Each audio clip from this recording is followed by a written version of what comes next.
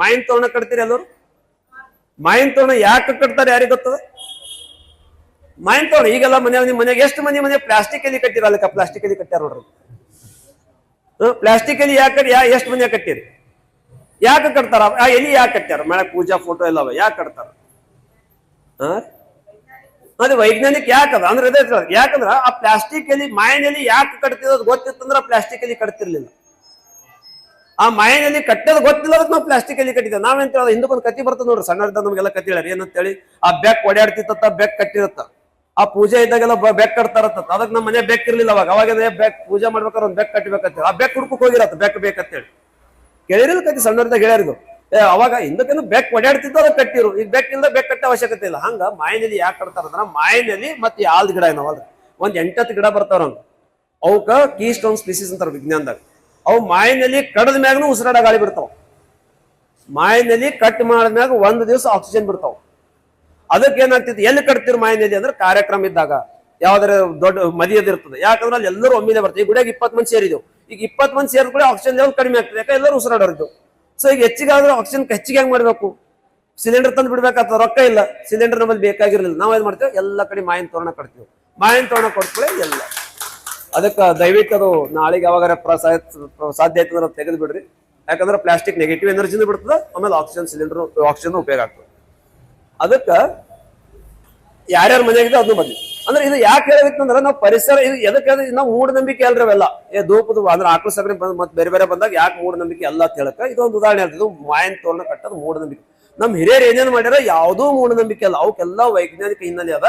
ನಮಗ್ ಗೊತ್ತಿರಲ್ದಕ್ ನಾವು ಮೂಢರತ್ ಅಂದ್ಕೊಂಡಿದ್ದೇವೆ. ಯಾವ ಹೆಂಗೋ ನಡೀತಾನ, ಅದ ಏನೋ ಆಗ್ಯದ, ಅವ್ರು ಯಾಕೋ ಮಾಡ್ಯಾರ, ಅದು ಗೊತ್ತಿರೋ ತಿಳ್ಕೊಕ್ ಪ್ರಯತ್ನ ಮಾಡ್ಯಾರ.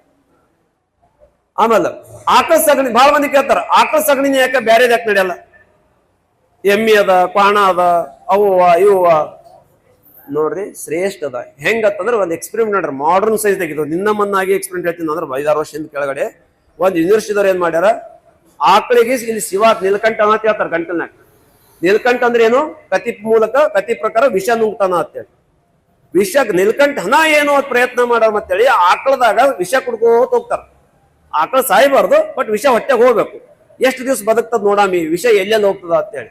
ಹೋದ್ರ ವಿಷ ಏನದಲ್ರಿ ಈ ಗಂಟಲ್ ದಾಟ್ ಹೋಗಿಲ್ಲ. ಅಂದ್ರ ಶಿವ ಏನ್ ನೀಲ್ಕಂಠನಲ್ಲಿ ಆ ವಿಷ ಇಲ್ಲೇ ಇಟ್ಕೊಂಡು ಕೂತಾಳ, ಮುಂದೆ ಹಾಲಿಗೆ ಹೋಗಿಲ್ಲ. ಅದೇ ಬೇರೆ ಪ್ರಾಣಿಗೆ ಹಾಕಿದ್ರೆ ಹಾಲ್ನಾಗ, ನೀರ್ನಾಗ, ಮಾಂಸದಾಗ, ಗೋಮೂತ್ರದಾಗ ಅಂದ್ರೆ ಆದ್ರೂ ಆ ಪ್ರಾಣಿ ಹುಚ್ಚಿದಾಗೆಲ್ಲ ಬರ್ತದ, ಬಟ್ ಆಕಳದಾಗ ಬರ್ಲಿಲ್ಲ. ಇದು ಚಲೋ ಯೂನಿವರ್ಸಿಟಿದವ್ರು ರಿಸರ್ಚ್ ಮಾಡಿದ ಹೇಳ್ತೀನಿ ನಾನು ನಿಮಗೆ.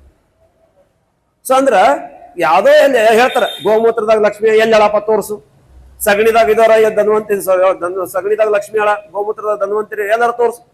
ಯಾವ್ದು ಕಣ್ಣಿಗೆ ಎಷ್ಟು ಮಂದಿ ಮೋದಿ ಅವ್ರಿಗೆ ಕಣ್ಣು ಮುಟ್ಟ ನೋಡಿರಿ? ಮೋದಿ ಅನ್ನ ಗೊತ್ತದ, ಬಟ್ ನೋಡಿದೇವೇನು, ಮಾತಾಡಿದೇವೇನು? ಒಬ್ಬ ಪ್ರೈಮ್ ಮಿನಿಸ್ಟರ್ಗೆ ಭೇಟಿ ಆಗ್ಬೇಕಾದ್ರೆ ನಮಗೆ ಎಷ್ಟೋ ಪ್ರೊಸೀಜರ್ ಅವ. ಅವರೇ ದೇವ್ರನ, ಆ ದೇವರಿಗೆ ಸರಳ ಸಿಗ್ಲತ್ತೇನ್ರು? ಒಬ್ಬ CM ಗೆ PM ಗೆ MLA ಹೋಗ್ಬೇಕಾದ್ರೆ ನಮ್ದು ಅಷ್ಟೊಂದು ಪ್ರೊಸೀಜರ್ ಅವ. ಒಬ್ಬ ದೇವ್ರಿಗೆ ಹೋಗ್ಬೇಕಾದ್ರೆ ತಪಸ್ ಮಾಡ್ಬೇಕಂತ ಸಿಗ್ತಾನ, ದೇವ್ರ ಸಿಕ್ಕೇ ಸಿಗ್ತಾನ. ಆದ್ರೇನು ನಾವು ತಪಸ್ ಮಾಡ್ಬೇಕ. ಹಂಗ ಸಗಣಿ ಒಳಗ ಗೋಮೂತ್ರದಾಗ ಯಾಕೆ ಲಕ್ಷ್ಮಿ ಹೇಳತ್ತಾರ ಧನ್ವಂತರಿ ಅಂದ್ರೆ ಔಷಧ, ಎಲ್ಲಾ ರೋಗಗಳಿಗೆ ಔಷಧ ರೀ. ಬಾಳ ಮಂದಿ ಏನ್ ಹೇಳ್ತಾರೋ ಎಲ್ಲ ಬೇರೆ ಪ್ರಾಣಿ ಹಂಗ್ರಿ. ಇಬತ್ತಿ ಹಚ್ಕೋತೀರಿ, ಇಬತ್ತಿ ಆಕಳ ಸಗಣಿದೆ ನಡೀತಾವ. ಯಾರೋ ಒಬ್ರು ನಾಯಿ ಕಂಪೇರ್ ಮಾಡಿರು, ಮತ್ತೆ ಅವ್ರಿಗೆ ನಾಯಿದ ಸಗಣಿದಿಂದ ಇಬತ್ತಿ ಮಾಡ್ಕೊಟ್ರೆ ಹಚ್ಕೋತಾರೇನವ್ರು? ಹಚ್ಕೊಳಲ್ಲ, ಆಕಳ ಸಗಣಿದೇ ಬೇಕಾಗ್ತದೆ. ಈಗ ಸುಣ್ಣ ಹಚ್ಕೋತೀವಿ ಬರೀ ಯಾರ್ಯಾರು ಬಲ್ಲಿ ಸುಣ್ಣದ ಇಬತ್ತಿ ಅವ ದಯವಿಟ್ಟು ತೆಗೆದಾಕ್ರಿ. ಇಬತ್ತಿ ಯಾಕೆ ಹಚ್ತಾರ ಅಂದ್ರ ಆ ಇಬತ್ತಿ ಮೂಲಕ ಆಕಳ ಸಗಣಿದೇನದ ಅಂಶ ನೀರ್ನ ಅಂದ್ರೆ ನಮಗ್ ಉಪಯೋಗ ಆಗ್ತದ್ದು, ಅದಕ್ಕೆ ಹಚ್ಕೋತಾರ. ಸುಮ್ಮ ಹಚ್ಕೊಳಲ್ರಿ 3 ಪಟ್ಟಿ ಇಬತ್ತಿ ಅಂತೇಳಿ. ಇದರಲ್ಲಿ ಕೂಕಮ್ ಯಾಕೆ ಹಚ್ಕೋತಾರ? ಅವೆಲ್ಲಕ್ಕ ವೈಜ್ಞಾನಿಕ ಅನ್ನೋದು ಯಾವ ಅದಕ್ಕಿಂದ ಒಂದು. ಆಮೇಲೆ ಈಗ ನಮಸ್ಕಾರ ಮಾಡ್ತಿರಲ್ಲ, ಹಿಂದಕ್ಕೆಲ್ಲ ಶರಣನ ಗುಡಿಗೆ ಅದು ಹೋದಾಗ ಆಯ್ತು, ಯಾವ್ದೇ ಗುಡಿಗೆ ಹೋದಾಗ ನಮಸ್ಕಾರ ಮಾಡ್ತೀರಿ. ನಮಸ್ಕಾರ ಮಾಡಿದಾಗ ಅದು ಇಬತ್ತಿ ಹನಿಗೆ ಹಚ್ಕೊಂಡು ಅದು ನುಂಗ್ತಿದ್ರಿ ಬಾಯ್ದಾಗ. ನೆನಪದರಿ? ಸಣ್ಣವರಿದ್ದಾಗೆಲ್ಲ ನೆನಪದರಿ? ಇವತ್ತು ಮಾಡ್ತಿರೋದು ಅದ್ರೊಳಗೆ ಕುಂಡದಾಗ ಹಚ್ಚಿದ ಇವತ್ತು ಹಾಕೋತಿರಿ ಬಾಯ್ದಾಗ. ಈಗ ಯಾಕೆ ಹಾಕೊಳ್ಳಲ್ಲ? ಅವಾಗ ಯಾಕೆ ಹಾಕೋತಿದ್ರಿ?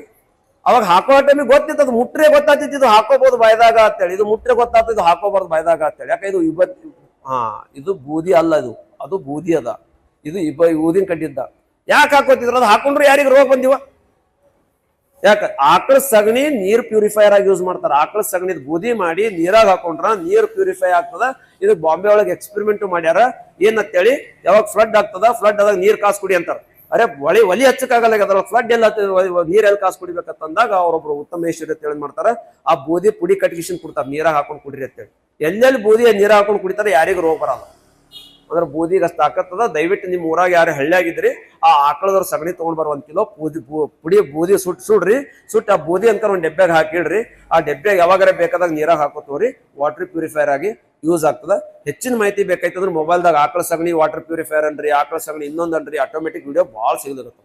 ಇದು ನಿಮಗೆ ಇವತ್ತಿನ ದಿವಸ ಬರೇ ಇಂಟ್ರೊಡ್ಯೂಸ್ ಮಾಡ್ದಂಗ ಅಷ್ಟೇ, ಇದ್ರ ಮಾಹಿತಿ ಹೆಚ್ಚಿಗೆ ಪ್ರಯತ್ನ ಮಾಡಿ. ಆಮೇಲೆ ಹಿಂದಕ್ಕೆ ಆಕಳ ಸಗಣಿದಿಂದ ಬಾಂಡೆ ತೊಳಿತಿದ್ರಿ. ತೊಳಿಬೇಕಾದ್ರೆ ಸಗಣಿದಂದ್ರೆ ಬಾಯ್ದಾಗ ಹೋಗಿರ್ಬೇಕೆಂದ್ರೆ ಹೋದಾಗ ಯಾರಿಗಾರ ಕಿಡ್ನಿ ಸ್ಟೋನ್ ಆಗಿವ ಅವಾಗ ನಮ್ ತಲೆಗೆ ಹೆಂಗ್ ಕೂತಂದ್ರೆ ಸ್ಟೋನ್ ಅಂದ್ ಕಡೆ ಕಲ್ಲು ಕೂತಿರ್ತದ. ಕಲ್ಲು ಕೂತಿರಲ್ರಿ, ಅದು ಕೆಮಿಕಲ್ ಅದು. ಕಿಡ್ನಿ ಸ್ಟೋನ್ ಅಂದ್ರೆ ಕಲ್ಲು ಬಂದಿರಲ್ಲ ನಮ್ಮ ಹೊಟ್ಟೆಗೆ, ಏನೋ ಕಲ್ಲು ನುಂಗಿದ್ಯಪ್ಪ ಕಲ್ಲು ಕುತ್ತದ ತಲ್ಲದು. ಕೆಮಿಕಲ್ ಅಕ್ಯುಮುಲೇಟ್ ಆಗಿ ಸಣ್ಣದಾಗೋ ಕೆಮಿಕಲ್ ಆಗಿರ್ತದ. ಅದು ಎಲ್ಲಿದ್ ಬತ್ ಯಾರು ವಿಚಾರ ಮಾಡ್ರಿ. ಆ ಕೆಮಿಕಲ್ ವಿಚಾರ ಮಾಡ್ರಿ. ಆ ಭಾಂಡ್ಯ ತೊಳಿಕೆ ಸಾಬೂನ್ ಬಳಸಕತ್ತಿಯಲ್ಲ, ಆ ಸಾಬೂನಿಂದ ಹೊಂಟದ. ಇದು ನಾ ಹೇಳಕತ್ತಿಲ್ಲ, ಡಾಕ್ಟರ್ ಹೇಳಕತ್ತಾರ. ಏನಂತೇಳಿ ಆ ಸಾಬೂನ್ ತೊಳೆದಾಗ ಅದು ಕ್ಲೀನ್ ಆದಾಗ ಅನಿಸ್ತದ, ಬಟ್ ಆ ಸಾಬೂನ್ ಗಂಗೊಳಗೆ ಬೊಗಡಿ ಕೂತಿರ್ತದ. ಯಾವಾಗ ಅದು ಕಾಸ್ತೇವೋ ಆ ಕೆಮಿಕಲ್ ಅನ್ನದಾಗ ಹೋಗ್ತದ. ಅನ್ನ ನಾವು ಊಟ ಮಾಡ್ತೇವೆ, ಆ ಕೆಮಿಕಲ್ ಮತ್ತೆ ನಮ್ಗೆ ಕಿಡ್ನಿ ಸ್ಟೋನ್ದಾಗ ಹೋಗ್ತದೆ.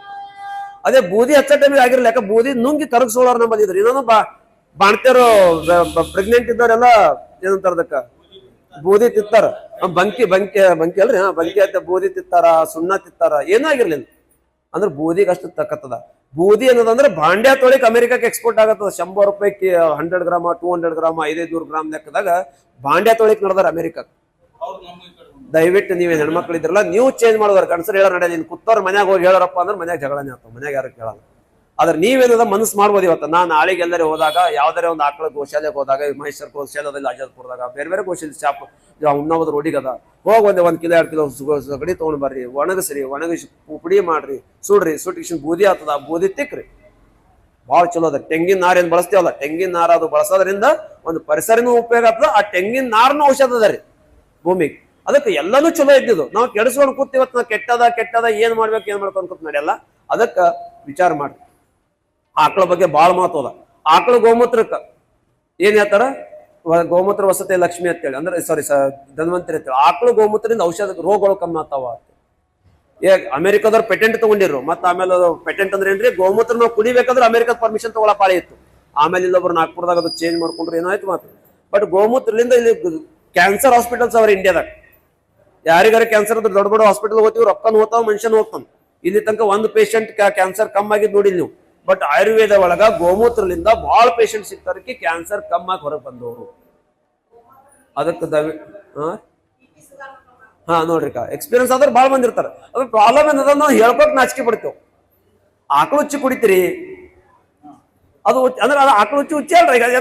ಈಗ ನೋಡ್ರಿ ಎಲ್ಲಾ ಪ್ರಾಣಿ ಅವ್ರವ್ರ ಪ್ರಾಣಿ ಅನ್ನೋದಂದ್ರೆ ಅದು ಒಂದೊಂದ್ ಮಲ ಒಂದೊಂದು ಯೂಸ್ ಆಗ್ತದೆ. ಈಗ ಆಕಳು ಗೋಮೂತ್ರ ಆಕಳು ಉಚ್ಚಿ ಕುಡಿತೀರಿ ಅಂದ್ರೆ ಮನುಷ್ಯಗೆ ಇರಿಟೇಟ್ ಆಗ್ತದೆ. ಅದೇ ಆಕಳು ಗೋಮೂತ್ರ ಚಲೋ ಅದಾರಿ, ಔಷಧ ದಾರಿ ಅಂತಂದ್ರೆ ಎಷ್ಟ್ರ ಮಟ್ಟಿಗೆ ಆಕಳು ಉಚ್ಚಿಗೆ ಏನಾರೆ ನಾವು ಹೇಸ್ಕಿಲಿಯನ್ನು ನೋಡಿದ್ವಿ ಅಂದ್ರ ಅವ್ರಿಗೆ ಒಂದು ಉದಾಹರಣೆ ಹೇಳ್ತೀನಿ. ಹೊಸದ್ ಔಷಧ ಬಂದದ ಮಾರ್ಕೆಟ್ನಾಗ, ಕೂಪ್ ಸ್ಪಿಲ್ ಅಂತೇಳಿ.